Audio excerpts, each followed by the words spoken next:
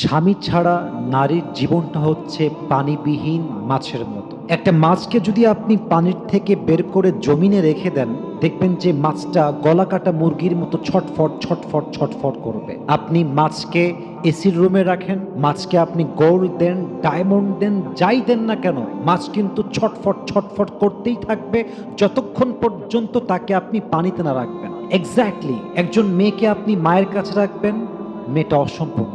একজন মেয়েকে আপনি বাবার কাছে রাখবেন, সে অসম্পূর্ণ। একজন মেয়েকে তার বোনের সঙ্গে রাখবেন, সে অসম্পূর্ণ। একজন মেয়েকে তার মায়ের পেটের ভাইয়ের সাথে রাখবেন, তাও সে অসম্পূর্ণ।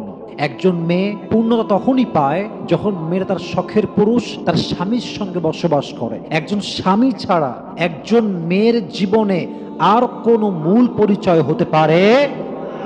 আর এই পরিচয় যে বোঝে না, স্বামীর মূল্য যেই মেয়ে বোঝে না, সেই মেয়ে স্বামীর সঙ্গে গাদ্দারি করে, সেই মেয়ে স্বামীর সঙ্গে স্বামীকে রেখে পরকিয়া করে, সেই মেয়ে স্বামীর ঘরে থেকে স্বামীর বিরুদ্ধে ষড়যন্ত্র করে, সেই মেয়ে স্বামীকে ইজ্জত দেওয়ার আগে বয়ফ্রেন্ডকে ইজ্জত দিয়ে দেয়, সেই মেয়ে তার স্বামীর সঙ্গে চিট করে পুরো সংসারটাকে জ্বালিয়ে পুড়িয়ে ছারখার করে দেয়। ঠিক কিনা বলেন?